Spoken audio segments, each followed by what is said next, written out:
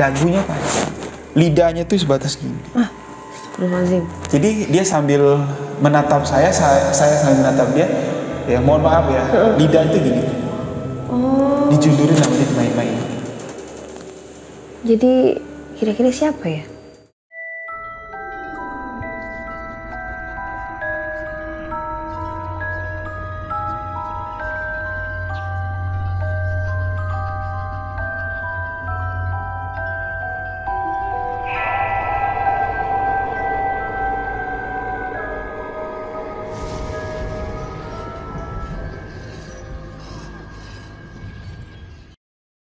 Bismillahirrahmanirrahim. Assalamualaikum warahmatullahi wabarakatuh. Halo sahabat sebuah kisah misteri. Kembali lagi bersama saya Rio Wijaya. Terima kasih untuk sahabat yang telah mendengarkan kisah misteri yang saya ceritakan. Terima kasih juga untuk sahabat yang selalu memberikan dukungan, memberikan support agar channel ini dapat berkembang. Di video kali ini saya bercerita di channel YouTube-nya Mbak Rahayu Fagri. Nah, jadi teman-teman, saya mengucapkan terima kasih banyak buat Rio Wijaya yang sudah bersedia mau menceritakan pengalaman misterinya di channel YouTube saya. Terima kasih juga buat openingnya. Jadi kali ini rada berbeda ya. Bukan saya yang membuka, tapi Rio Wijaya yang membuka video saya pada malam hari ini. Jadi pada malam hari ini Rio Wijaya akan menceritakan pengalaman misterinya kepada teman-teman semuanya. Nah, jadi kan kemarin saya sama Rio Wijaya sempat mengatakan pada saat kita live untuk melontarkan pertanyaan untuk Rio Wijaya, dan teman-teman juga sudah banyak mend-DM saya di Instagram saya. Nah, dari banyak pertanyaan yang masuk ke DM Instagram saya, banyak sekali teman-teman yang merequest untuk Rio Wijaya menceritakan tentang pesugihan. Bagaimana nih? Udah siap belum? Oke, kalau itu yang sahabat-sahabat inginkan, jadi dulu saya pernah ya membagikan kisah pengalaman pribadi saya nih. Kisah pesugihan yang pernah saya lakukan, hampir saya lakukan di Gunung Kemukus. Jadi sahabat-sahabat kemarin kan banyak yang penasaran tentang cerita tersebut. Nah, jadi mungkin di video kali ini saya akan sedikit kembali lebih menceritakan detailnya ya. Atau mengulas kembali cerita pesugihan di Gunung Kemukus yang hampir saya lakukan. Jadi sebenarnya gini Mbak Rahayu. Sebelum saya bertemu dengan Mbah Tini, kuncen pesugihan di Gunung Kemukus, saya dengan teman saya ya, kita sebut saja lah namanya Bang Rian. Nah, dengan Bang Rian ini pernah mendatangi salah satu ya juru kunci lah yang ada di Jambi.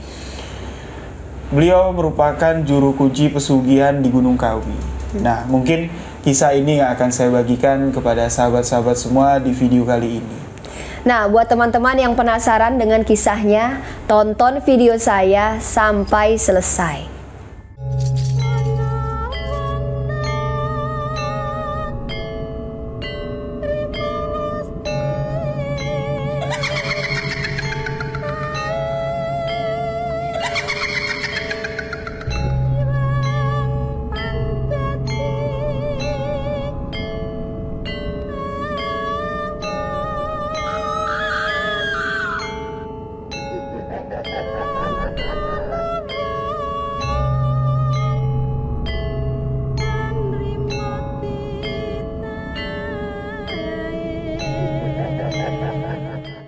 Jadi di video 100.000 subscriber ya, video spesial 100.000 subscriber yang sudah saya upload beberapa bulan yang lalu, di situ saya menceritakan sebuah perjalanan hidup, Mbak.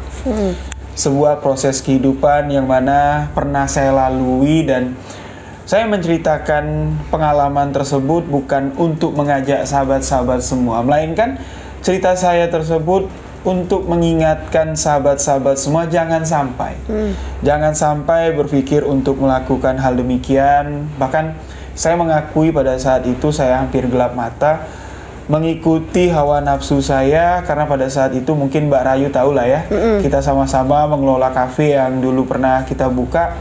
Memang kondisinya sangat amburadul sekali. Betul. Ya, bukan sedikit lah investasi yang dikeluarkan oleh kakak saya. Nah, di video kemarin kan saya sebut investasinya dicairkan ya, dikasih sama kakak saya. Nah, inilah orangnya. yang memberikan investasi untuk saya buka usaha, namun usaha itu nggak diberikan Allah jalan ya. Betul. Usaha tersebut bangkrut. Nah disitulah Kak, saya bertemu dengan seseorang. Jadi sebelum saya bertemu dengan Mbah Tini yang Kuncen Gunung Kemukus itu, saya diajak oleh teman saya Bang Rian. Bang Rian ini orangnya memang agak semprul lah kalau saya bilang. Orangnya agak serba mau lah. Dia melihat kondisi saya sering curhat lah sama dia. Bang, gimana nih Bang? Uang udah banyak habis, saya bilang. Kondisi tempat usaha ya kayak gini. Yo sabar aja lah, dia bilang. Ini bukan masalah sabar nggak sabar, saya bilang. Kalau uang kontrakan nggak ditambah, saya bilang, ya kita bakal diusir dari sini. Terus Bang Rian nanya sama saya, sekarang kamu megang duit berapa? Pada saat itu saya megang uang sekitar 6 juta lah. Uang yang ada di tabungan saya, dan Bang Rian di sini menawari saya, daripada uang 6 juta itu kamu tombokin lagi untuk operasional cafe ini, gimana kalau kamu ikut abang? Abang mau ngajak kamu pergi ke rumah seseorang. Nah, Bang Rian mengatakan, orang yang akan kami temui ini adalah seorang juru kunci pesugihan yang ada di Gunung Kawi. Awalnya di sini saya mendengar kata pesugihan dan mendengar Gunung Kawi, saya tahu lah ya, di Gunung Kawi itu ada apa, cerita-cerita yang ada di Gunung Kawi itu, saya paham betul lah. Jadi saya tanya sama Bang Rian, Bang, aku sekarang ini udah susah, gue bilang. Siapa lagi yang mau aku susahin, yang mau aku tumbalin lah, istilahnya seperti itu. Bang Rian bilang, kamu datang aja lah dulu, di sana kan banyak tuh pilihan pesugihannya. Tuyul ada, dia bilang kan, macam-macam lah Bang Rian bilang. Dan sampai pada suatu hari, saya pun dengan Bang Rian pergilah ke rumah orang yang menjadi juru kunci ya. Saya lupa nama aslinya siapa. Di sini kita sebut saja dengan Pak Didarmo. Ya, karena kejadian itu di tahun 2016 ya. Saya lupa nama aslinya siapa. Saya pun ya cuman sekali itu sajalah bertemu dengan Pak Didarmo itu. Kita sebut sajalah dengan Pak Didarmo. Rumah Pak Didarmo itu kalau Mbak Rahayu ngebayangin ya, saya ajak sahabat-sahabat agak sedikit ini ya, berilustrasi lah di dalam pikiran. Rumahnya itu masuk ke dalam kebun sawit. Jadi dari jalan aspal, dari jalan lintas, rumahnya itu menuju keluar ya dari Provinsi Jambi. Dari jalan lintas itu kalau saya perkirakan itu ada sekitar 60 km melalui kebun sawit, dan jalan yang kami lalui itu hancur sekali Mbak Rai. Kalau hujan aja, kami pakai mobil Avanza pada saat itu kalau hujan aja kalau kami lewat, dijamin kami nggak bakal bisa keluar. Tapi pada saat itu kami sampai siang. Pada siang itu ya hari panas. Nah, jadi dari jalan as itu menuju ke rumah Pak Didarmo ini 60 km, dan rumah Pak Didarmo ini terpencil sekali di tengah-tengah kebun sawit. Cuman dialah yang tinggal sendirian di sana. Nah, sesampainya di rumah si Pak Didarmo ini, saya melihat rumah papan yang gedeprok ya. Rumah papan yang boleh dikatakan ya bukan sederhana lagi lah kalau saya bilang. Ya kalau saya nilai lah cukup memprihatinkan lah ya.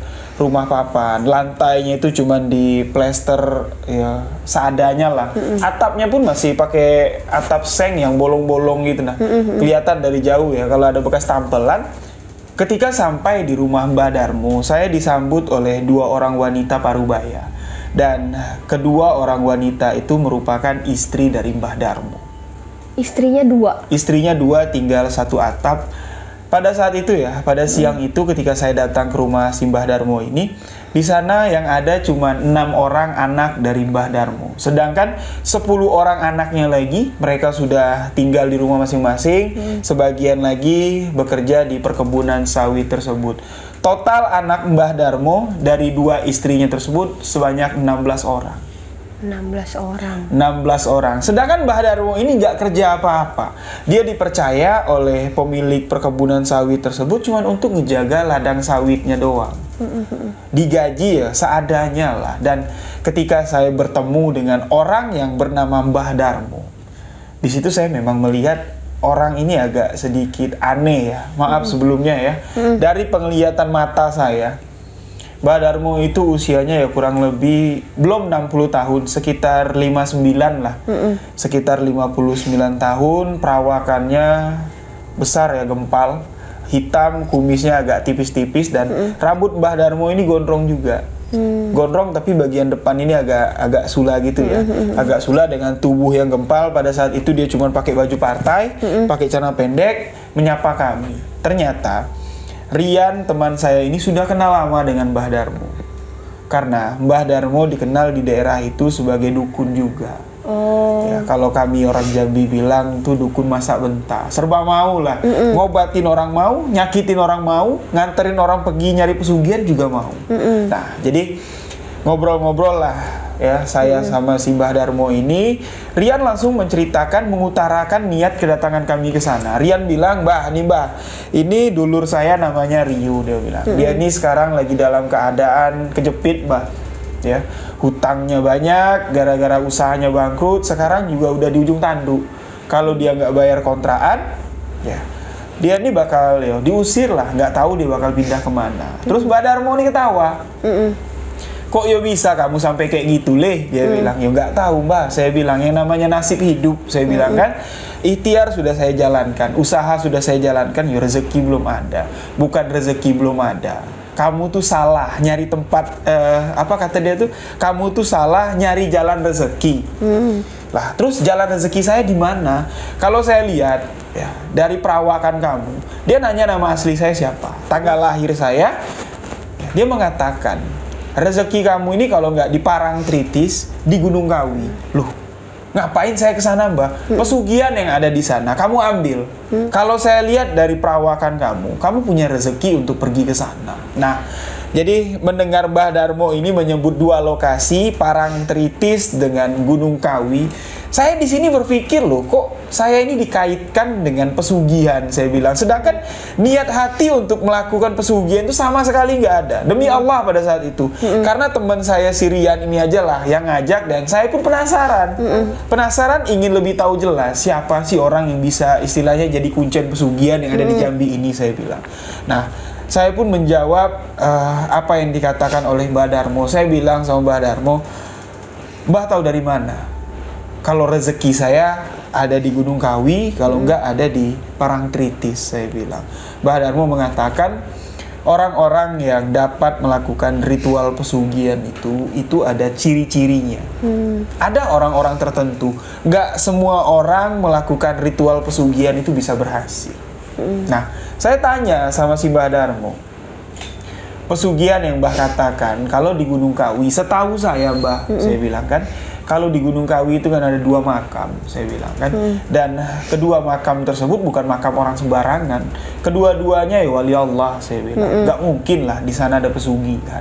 Ya itu menurut kamu, dia bilang. Tapi saya selaku juru kunci yang bisa mengantarkan orang untuk mencari apa ya, kalau dia bilang ya, bukan pesugihan, dia bilang ngarap rezeki, dia bilang. Ya, untuk mengantarkan orang ngarap rezeki di sana. Yo, saya tahu betul selak beluk yang ada di Gunung Kawi. Nah, di sini juga saya bertanya kepada Mbah Darmo, lantas kenapa kalau rezeki saya ada di Gunung Kawi, kenapa Mbah menyebutkan satu lokasi lagi yaitu Parangtritis? Saya bilang. Mbah Darmo mengatakan, kalau rezeki kamu nggak dapat di Gunung Kawi, kita langsung pindah ke Parangtritis. Singkat cerita nih, Mbak Rayu. Mbah Darmo meminta uang kepada saya sebesar 5 juta rupiah. Ya. 1 juta rupiah akan ditinggalkan untuk anak istrinya karena kami ini akan melakukan perjalanan cukup jauh dan cukup lama. Mbak Darmo bilang ya kurang lebih kita jalan nanti ya sekitar 3 minggu lah. Karena prosesi-prosesi yang akan saya lakukan ini bukan prosesi-prosesi yang gampang, bukan istilahnya pergi jalan-jalan, enggak. Kita ke sana, kita nunggu harinya ada, kita siapkan sesajen, baru kita melakukan ritual pesugihan. Nah, jadi yang uang 4 jutanya tadi digunakanlah untuk ongkos kami bertiga, dan sisanya uang itu akan digunakan untuk biaya hidup dan untuk membeli sesaji yang ada di sana. Nah, pertama saya mengatakan kepada Mbah Darmo, saya nggak ada uang. sama sekali saya nggak ada uang. Kalau saya ada uang, nggak mungkin lah saya datang ke sini. Saya datang ke sini untuk mencari solusi. Gimana saya bisa dapat duit cepat? Saya bilang. Mbak Darmo ketawa, seolah-olah ya dia tahu kalau saya bohong. Kan tadi saya bilang uang tabungan, uang yang ada di tabungan saya kan ada 6 juta. Iya, betul. Nah, Mbak Darmo seolah-olah ya kayak ngolok-ngolok saya. Kalau kamu nggak mau ngasih duit itu, ya nanti saya suruh tuyul saya ngambil. Dia bilang. Nah, memang ketika saya berada di rumah si Mbak Darmo ya, ini bukan cuma perasaan, tapi ya memang saya alami. Jadi ya istrinya itu nganterin minuman teh. Jadi minuman teh diantar sama istrinya 3 gelas. Gelas saya, gelas Mbak Darmo, sama gelas Sirian teman saya. Dan istrinya juga bawain kayak apa ya, getuk lindri ya, yang dibuat dari ubi gitu. Iya, dari singkong, Ya, dari ada singkong. kelapanya. Iya, getuk ya. Getuk. Ya, getuk lindri itu ditaruhlah di piring. Kami duduk di balai-balai tuh. Jadi di tengah rumah Mbak Darmo ini ruang tamunya itu bukan sofa, bukan kursi juga, tapi dibuat balai-balai. Ya, jadi dibuat dari apa ya, bambu gitu. Bambu. Nah, disitulah ruang tamunya Mbak Darmo. Jadi kami duduk lah di sana. Duduk. Ngedeprok gitu ya. Enggak, di atas, Mbak. Oh, di atas. Di atas dibuat kayak sofa gitu loh, balai-balai. Pakai tiang ya kurang lebih sekitar 60 cm lah Oke. dari tanah. Itu dibuat dari pakai bambu semua lantainya. Jadi kami duduklah di sana. Saya duduk menghadap ke dapur. Jadi ketika istrinya nganterin teh itu ya, sekelibat saya memang kayak ngelihat istrinya Mbah Darmo ini pakai daster ya. Di bagian belakang dasternya itu kayak ada tangan gitu loh, ngintil jalan kecil. Tapi wajahnya saya nggak ngelihat karena dia tangannya ke punggung belakang sini. Ya, anak kecil yang kecil ya, ya palingan nggak sampai 60 cm lah tingginya. Itu ngikutin dari samping. Jadi kayak ikutin megang Ya, daster gitu ya. Anak kecil apa nuntun lah apa? Iya, gelendotan Ya, gitu. gelendotan gitu.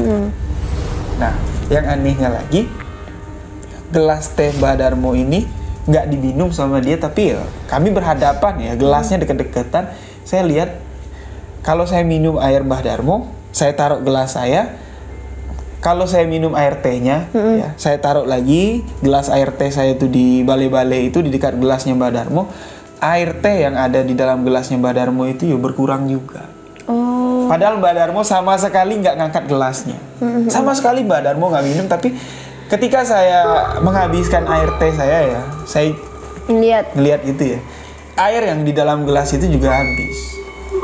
Tapi nggak kelihatan siapa yang minum. Nggak tahu siapa yang minum. Nah, jadi kami pun berbincang cukup lama lah sama si Mbak Darmo ini.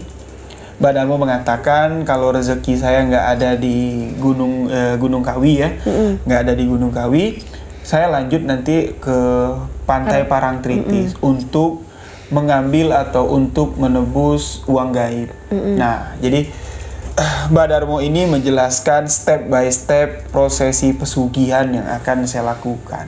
Jadi Mbak Darmo mengatakan kalau saya ingin melakukan ritual pesugihan ini, beliau akan membantu, tapi dengan syarat. Nah, maaf nih, saya potong.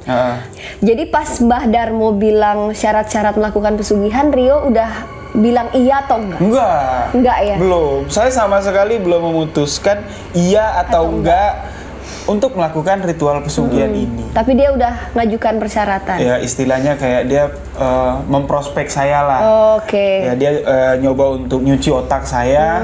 Dia mengatakan kalau ritual pesugihan yang ada di Gunung Kawi itu ritual pesugihan yang duitnya itu bakal dapat sabrek-abrek. Setelah prosesi pesugihan dilakukan, kita tinggal nunggu. Ya, nunggu duit itu datangnya di mana. Entah nanti uang itu datang di tempat saya akan melakukan ritual pesugihan atau uang itu diantar ya oleh sosok gaib yang memiliki pesugihan itulah ya. Uang itu diantar. Nah, kalau memang rezeki saya nggak di sana, ya, Mbah Darmo ini melihat dari tanggal lahir saya, melihat dari nama saya, dan Mbah Darmo mengatakan kita langsung lanjut ke Parangtritis Jogja untuk menebus, ya, menebus uang gaib yang ada di sana dengan syarat saya harus meninggalkan sesuatu. Yang harus saya tinggalkan itu adalah pakaian dalam. Kalau saya pakai singlet ya singlet saya tinggalin. Kalau saya pakai sempak ya mohon maaf, sempak saya tinggalin dengan sejumlah uang. Dan itulah yang akan menjadi mas kawin atau uang pergantian dengan bangsa gaib tadi. Nah, uang yang akan saya dapat itu nggak ada istilahnya, nggak ada jaminan nominalnya. Misalnya ya kalau saya ninggalin uang 1 juta itu bakalan balik 10 juta, nggak kayak gitu. Itu tergantung rezeki saya. Kalau rezeki saya dapat banyak dapatnya. Kalau rezeki saya dikit ya dikit. Kalau enggak ya ditolak. Nah, tapi Mbah Darmo memiliki keyakinan kalau enggak di Gunung Kawi ya di Parangtritis. Nah, jadi setelah Mbah Darmo ini menjelaskan lah ya detail gimana cara mendapatkan pesugihan tersebut, gimana jalannya, dia siap membantu. Barulah di sini Mbah Darmo mengatakan kepada saya, mau nggak Le? Berangkat kita. Besok juga Mbah siap berangkat. Tinggalin aja lah duit 1 juta di rumah ini buat jajan anak-anak Mbah, buat makan, buat beli beras. Saya sempat diam. Ya, ketika ditepuk sama Mbah Darmo kayak gini tuh saya tertegun gitu loh. Seolah-olah ya saya adalah ya sedikit amalan lah yang diberikan oleh orang tua, oleh bapak ya. Untuk menangkal energi-energi negatif yang seperti hipnotis, seperti apa. Bertak hati saya. Saya langsung ingat dan energi tersebut lepas. Ternyata ketika Mbah Darmo ini nepuk itu ya dia kayak hipnotis. Iya. Jadi biar iya gitu. Biar iya, dan kami pun melakukan ritual pesugihan di 2 tempat tersebut. Nah nih, Mbah Darmo sempat bilang nggak tumbal yang harus diserahkan? Enggak. Mbah Darmo sama sekali nggak ngomong-ngomong tumbal. Saya pun ya nggak nanya sama Mbah Darmo karena ya saya tahu apapun jenis pesugihannya pasti akan ada tumbal. Saya nggak nanya karena ya saya nggak sama sekali nggak berminat. Saya cuma dengerin aja si Mbah Darmo ini ngoceh, dan Mbah Darmo mengatakan kepada saya, syaratnya Le kalau sama Mbah tuh nggak usah ninggalin uang banyak-banyak, kamu nggak usah ngasih Mbah duit banyak-banyak. Yang penting kamu sukses nanti mendapatkan kekayaan pesugihan. 30% kamu kasih sama Mbah. Nah, jadi menurut cerita dari si Rian kawan saya, Mbah Darmo ya, hidupnya Mbah Darmo itu mengandalkan dari uang yang nggak tahu datang dari mana. Mbah Darmo menghidupi ke-16 anaknya ini dengan kerja yang nggak tahu kerja apa. Itu yo Mbah Darmo ini nggak tahu. Apakah Mbah Darmo ini pakai tuyul? Apakah Mbah Darmo ini memang sering sukses lah mengantarkan orang pergi pesugihan? Tapi orang-orang yang datang ke rumah Mbah Darmo ya, Rian ini kan seminggu sekali pergi ke rumah Mbah Darmo pada saat malam Jumat. Rian ini nyebut Mbah Darmo tuh kayak guru dia lah. Nuntut ilmu, mulai dari ilmu pelet, mulai dari ilmu kebal. Itu dituntut sama si Rian. Jadi Rian mengatakan kalau malam Jumat tuh rame di sini. Makanya ruang tamu Mbah Darmo itu dibuat balai-balai besar. Jadi kalau malam Jumat atau pasien-pasien datang tuh ya pada ngumpul di sana lah. Mereka pada mengeluhkan apa yang istilahnya minta bantuan sama Mbah Darmo itu ya di tempat itu, di ruang tamu itu. Nah, Rian ini juga nggak tahu ya Mbah Darmo ini penghasilan dari mana, dan ketika Mbah Darmo meminta 30% dari kesuksesan pesugihan yang akan saya lakukan ini, barulah di sini saya langsung mengatakan kepada Mbah Darmo, Mbah, seandainya nih Mbah ya, saya bilang, kalau kita berangkat lusa, kita berangkat, saya bilang, ya lusa kita berangkat, saya tinggalkan uang di sini. Kalau gagal dua-duanya gimana Mbah? Kalau gagal dua-duanya, aku balikin duit kamu. 2 kali lipat aku balikin. Percaya diri banget. Percaya diri banget dia kalau saya itu bakal sukses melakukan ritual pesugihan. Nah, di sini saya balikin omongnya si Mbah Darmo. Kalau memang pesugihan yang akan saya lakukan ini bakal berhasil, kenapa harus saya? Kenapa bukan Rian? Rian kan sudah lama di sini. Mbah Darmo mengatakan Rian ini nggak ada rezekinya. Nggak ada rezekinya di jalan pesugihan. Walau alam ya, saya nggak tahu maksud dan tujuan Mbah Darmo itu gimana sampai-sampai dia mengatakan demikian. Dan pada hari itu juga, pada sore hari itu juga, saya memutuskan untuk tidak pergi, tidak menyetujui apa yang sudah dikatakan oleh Mbah Darmo tadi. Panjang lebar dia menceritakan kepada saya bilang sama Mbah Darmo, kalau memang ini solusinya Mbah, mohon maaf, terima kasih Mbah sudah menerima saya di sini sebagai tamu. Terima kasih buat jamuannya. Mohon maaf sebelumnya. Ini bukan jalan saya. Ini bukan jalan saya. Mungkin saya datang ke sini kita anggap saja untuk bersilaturahmi. Memang kelihatan dari situ raut wajah Mbah Darmo ini kesal ya. Berubah langsung berubah ya kayak marah kayak gitu. Dan ketika kami mau pulang, ini antara percaya dengan enggak lah saya. Hari hujan. Yang tadinya kami pergi ya sampai di rumah Mbah Darmo itu siang. Hari hujan. Lebat sekali. Otomatis saya nggak bisa keluar. Mobil sama sekali nggak ada yang bisa keluar kalau hari hujan. Karena jalannya itu jelek. Jalan hancur. Mobil truk ya, mobil PS pengangkut sawit itu aja, kalau muatannya terlalu banyak, mereka nggak berani keluar. Karena jalannya sangat ekstrim sekali. 60 km loh. 60 km jalan tanah merah, lubangnya dalam-dalam. Nah, Rian mengatakan kepada saya, Lur, jadi bahasa Jambi Lur itu kayak bro, ya, bro lah gitu ya. Lur, kayaknya kita nggak bisa pulang. Kalau nggak bisa pulang ya mau diapain? Karena saya ini orangnya simpel. Ya kalau pulang, enggak. Ya udah biasa di jalan lah istilahnya. Dan Mbah Darmo pun mengatakan kepada kami, wes lah, daripada kalian nanti mobilnya nyangkut, ngejogrok di tengah-tengah lumpur, nggak ada yang bantuin nanti, wes nginep di sini. Besok baru pulang. Dia bilang. Jadi pada malam itu pun ya, kami menginap di rumah Mbah Darmo. Nah, rumah Mbah Darmo ini ya sangat sederhana sekali lah, Mbak. Ruang depan yang saya katakan tadi, yang ada balai-balai besar, tempat duduk, itu langsung mengarah ke dapur. Nah, jadi di tengah-tengah itu, ya disitulah anak-anak Mbah Darmo ini tidur ngampar gitu ya.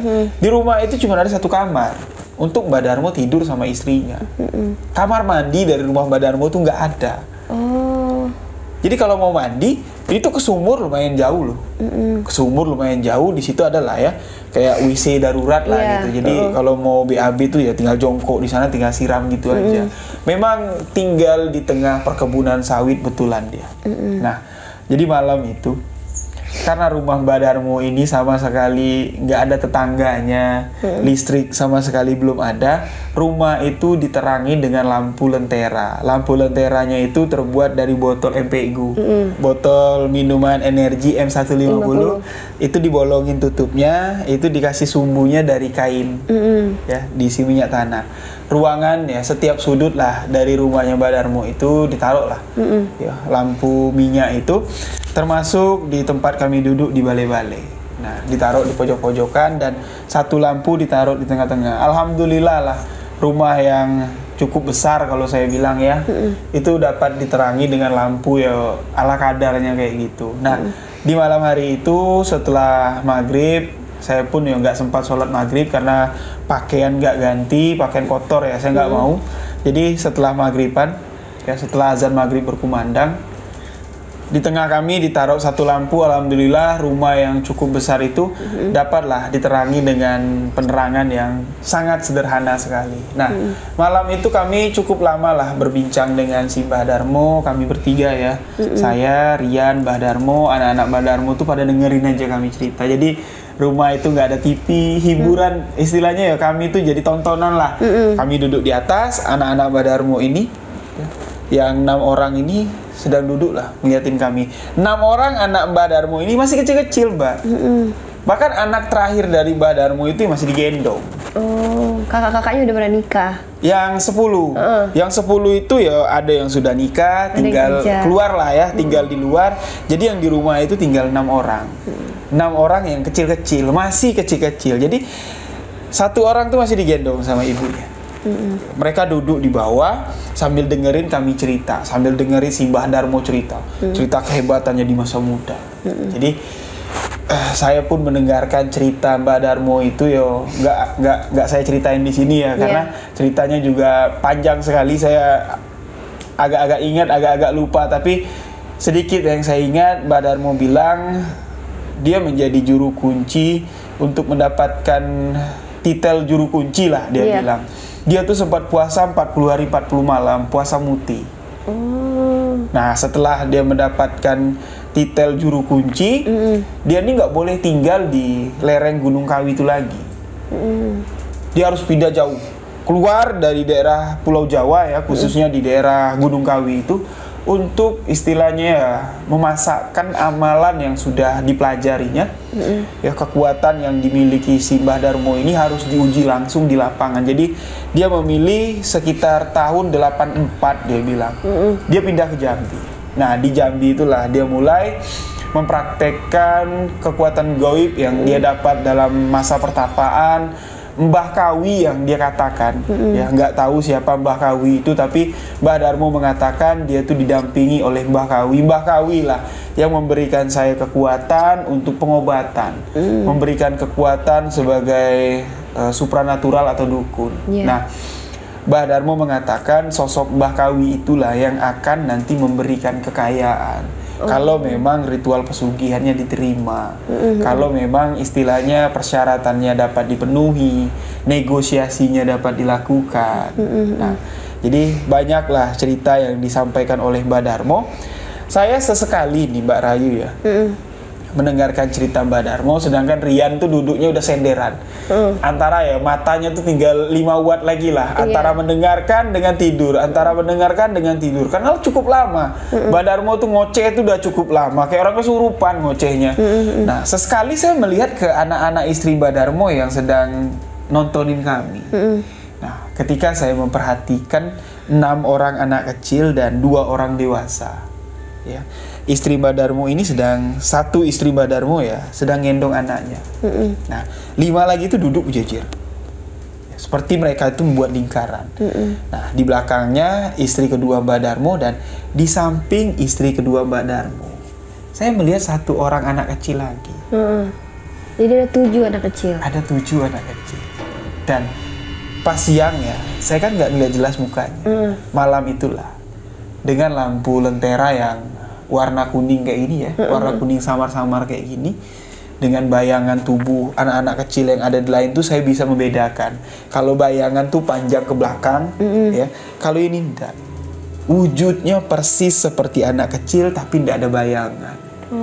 Sedangkan dia duduk di samping istri Mbah Darmo yang kedua ini. Istri Mbah Darmo itu ada bayangannya. Anak kecil itu kok nggak ada bayangannya. Kupingnya panjang, dagunya panjang, lidahnya tuh sebatas gini. Jadi dia sambil menatap saya sambil menatap dia. Ya mohon maaf ya, lidah itu gini. Dijundurin sama dia main-main. Jadi kira-kira siapa ya? Kalau menurut pandangan saya, kayak tuyul. Bentuknya kayak tuyul. Jadi itulah mungkin yang bisa menghidupkan Mbah Darmo kali ya? Wallahu a'lam.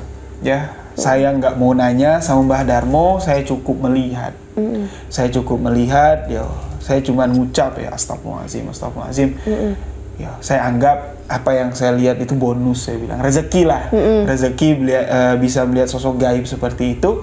Setelah Mbah Darmo panjang lebar bercerita, Mbah Darmo ini kembali istilahnya tuh nawarin saya lagi. Jadi kayak nepok lagi? Enggak. Oh enggak. Ya, mungkin dia paham ya, ketika dia nepok, sugesti yang dikasih Mbah Darmo ini nggak masuk.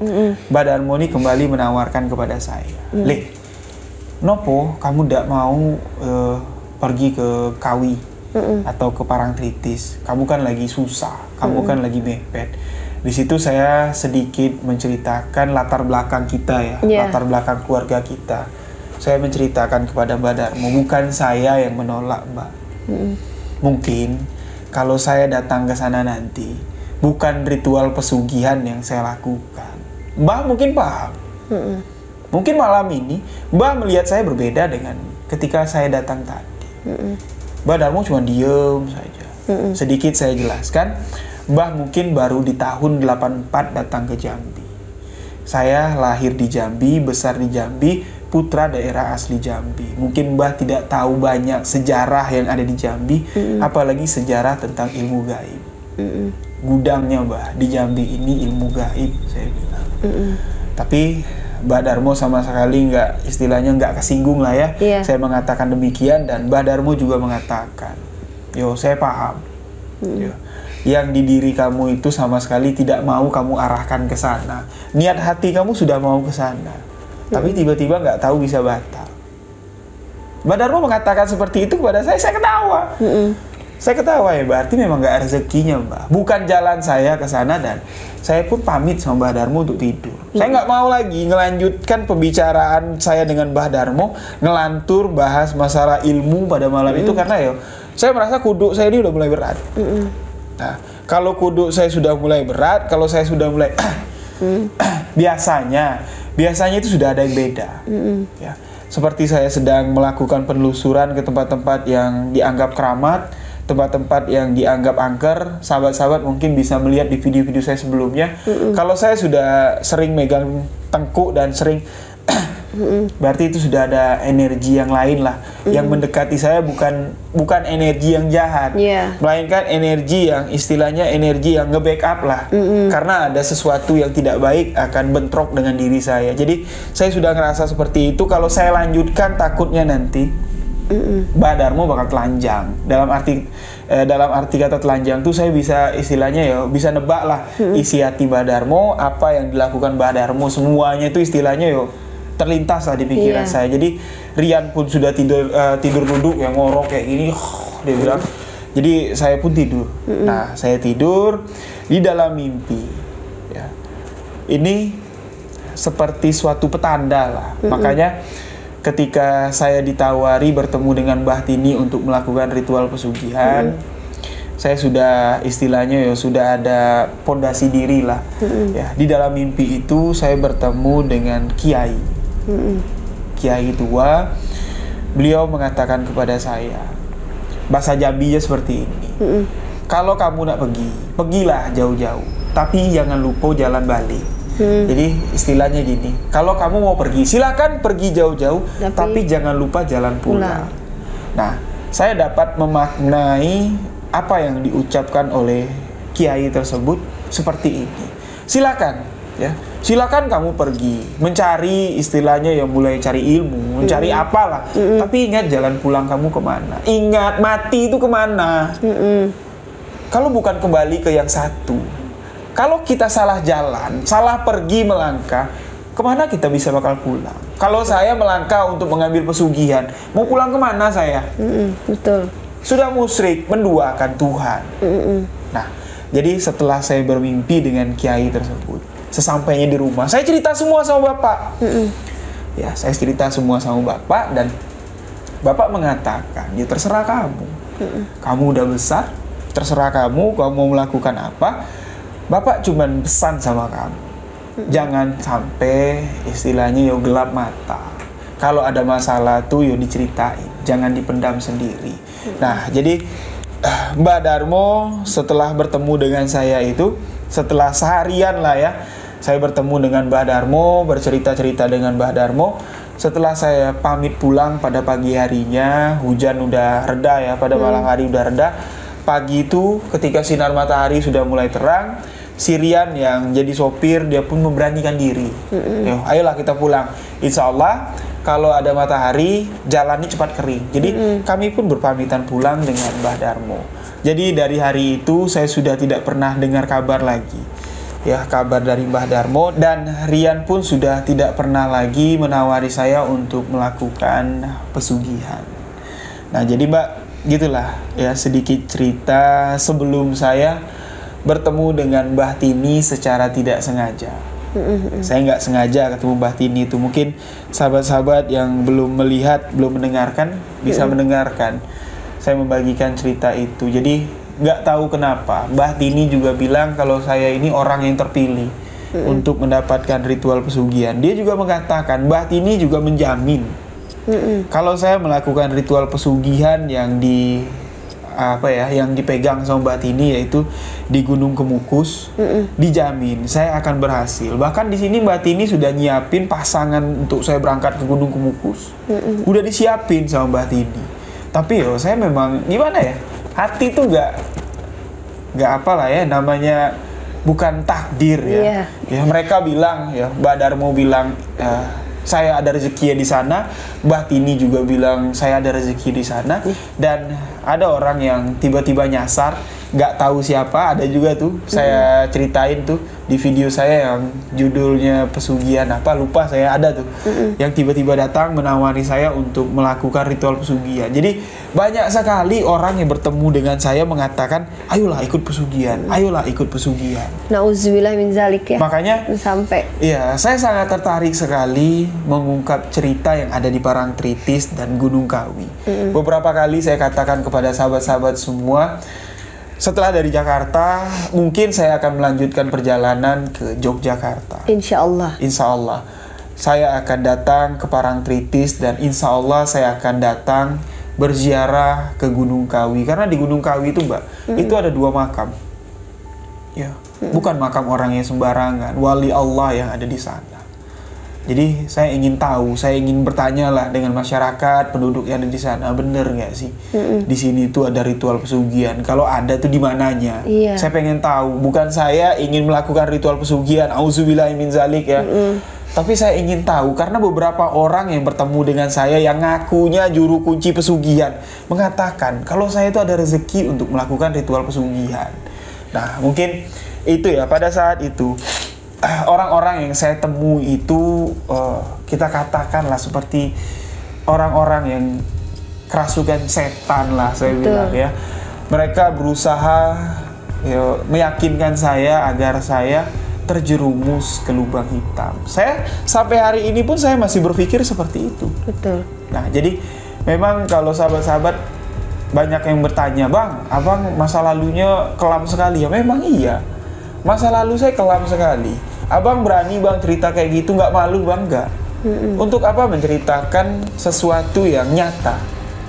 Ya, saya berniat di dalam hati saya ketika saya menceritakan pengalaman-pengalaman pribadi saya ini bukan untuk ditiru, melainkan ya inilah yang namanya perjalanan hidup. Sebagai pengingat diri juga buat teman-teman semuanya gitu ya, jangan sampai terjerumus gitu ya. Ketika kita di persimpangan jalan, jangan pernah lupa untuk bertanya kepada hati nurani. Jangan gunakan pikiran. Kalau kita gunakan pikiran kita tuh gampang, Mbak.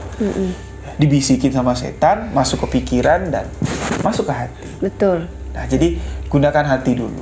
Dari hati barulah kita pikirkan jalan mana yang harus kita pilih. Nah, jadi demikian Mbak Rayu sedikit cerita yang merupakan true story. Pengalaman pribadi yang saya alami.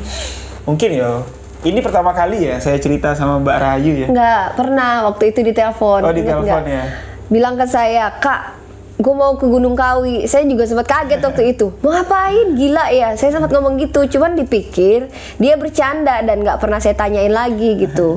Dan itu memang pada saat usaha kita tuh bener-bener collab gitu. Jadi saya bilang, aduh jangan sampai deh mikirin yang macem-macem gitu. Jangan sampai nauzubillah min dzalik, jangan sampai salah jalan. Saya sempat ngomong dan saya pikir itu bercanda. Dan ternyata baru malam inilah saya dengar cerita yang sebenarnya gitu teman-teman.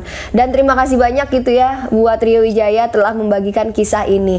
Jadi buat teman-teman yang masih bertanya dan sering sekali bertanya, emang benar ya pesugihan itu ada? Dan jawabannya adalah benar ada, tapi tergantung kita mau atau tidak untuk melakukan pesugihan tersebut. Tapi kalau menurut saya bersama Rio Wijaya jangan sampai jangan. Nauzubillahi min zalik. Masih banyak jalan yang lain yang bisa kita pilih. Sedikit rezeki yang kita dapat hari ini, kalau kita nikmati, kalau kita syukuri, insya Allah dikit-dikit jadi bukit. Betul. Karena kebutuhan yang kebutuhan yang besar itu cuman foya-foya. Betul. Ya, jadi rezeki yang kita dapat hari ini syukuri, ya, insya Allah esok hari Allah akan memberikan rezeki yang berlipat. Karena orang yang bersyukur adalah orang yang kuat. Betul. Kuat menerima cobaan dulu, Mbak. Betul. Setelah dicoba, insya Allah bonusnya giveaway yang Allah berikan gak terduga. Nah, betul. Jadi teman-teman semuanya, sekali lagi saya mengucapkan terima kasih banyak buat Rio Wijaya yang sudah mau membagikan pengalaman kepada teman-teman semuanya. Sedikit nih mungkin ada pesan-pesan gak sih buat teman-teman di rumah? Ya, jadi pesan-pesan yang ingin saya bagikan di video kali ini ya, seperti cerita yang saya bagikan tadi. hidup ini yo sudah ada takdirnya ya. Mau ngalor, mau ngidul, mau ke kiri, mau ke kanan, sebenarnya itu sudah ada takdirnya. Tapi takdir itu sudah dituliskan, kita yang menjalankan. Nah, pilihlah jalan yang sesuai dengan kata hati. Kata hati yang, jangan kata hati yang dalam keadaan kita galau, Mbak. Tuh. Ya. Ketika kita menentukan pilihan mata hati, kita bertawasul kepada Allah. Jangan pernah menganggap diri kita memiliki pilihan yang paling benar. Jangan pernah menganggap kalau sesuatu yang kita katakan itu benar. Jangan, karena kebenaran itu nggak ada. Di muka bumi ini kalau saya menganggap kebenaran itu nggak ada. Maha benar, maha Allah. Betul. Maha kuasa, Allah yang maha kuasa. Yang namanya manusia, kita ngomong benar hari ini, belum tentu besok kebenaran yang kita katakan itu bakal jadi nyata. Contohnya gini, besok hari Rabu ya, saya katakan hari Rabu hujan, saya pastikan hari Rabu hujan, tahu-tahu nggak hujan. Tapi kalau Allah yang mengatakan Rabu hujan, kun fayakun, apa yang terjadi terjadilah. Makanya apapun yang kita lakukan, ya, buruk, jelek, perjalanan hidup yang kita lalui sekarang, jangan pernah lupa bahwa sesungguhnya kita selalu ada Tuhan. Kita selalu ada Tuhan dan kita selalu dilindungi oleh Allah Subhanahu wa taala. Mungkin demikian sedikit yang bisa saya sampaikan. Mungkin di video selanjutnya sahabat-sahabat masih ingin bertanya ya, Mbak? Iya, betul. Ya, ada yang ingin bertanya, saya akan jawab di video berikutnya untuk sahabat-sahabat semua. Nah, jadi mungkin teman-teman, bagi teman-teman yang masih penasaran gitu ya, mau cerita apa lagi atau ingin mendengarkan kisah apa dari Rio Wijaya, boleh DM ke Instagram saya Rahayu_Fajri, atau teman-teman boleh tulis di kolom komentar. Insya Allah di video selanjutnya Rio Wijaya akan kembali menceritakan pengalaman-pengalaman misteri atau menjawab semua pertanyaan teman-teman semuanya. Jadi terima kasih banyak buat teman-teman yang sudah mensupport channel saya. Semoga kebaikan teman-teman semuanya dibalas oleh Allah Subhanahu wa taala. Jangan lupa diklik tombol subscribe, nyalakan juga lonceng notifikasinya supaya teman-teman tidak ketinggalan apabila saya mengupload video terbaru. Jangan lupa di like, di komen, dan jangan lupa dibagikan ke media sosial teman-teman yang lainnya. Saya mohon maaf apabila terdapat kekurangan di dalam video saya kali ini. Saya Rahayu Fajri dan Rio Wijaya pamit undur diri. Wassalamualaikum warahmatullahi wabarakatuh. Salam sebuah kisah misteri. Jangan lupa selalu ada misteri di sekitar kita.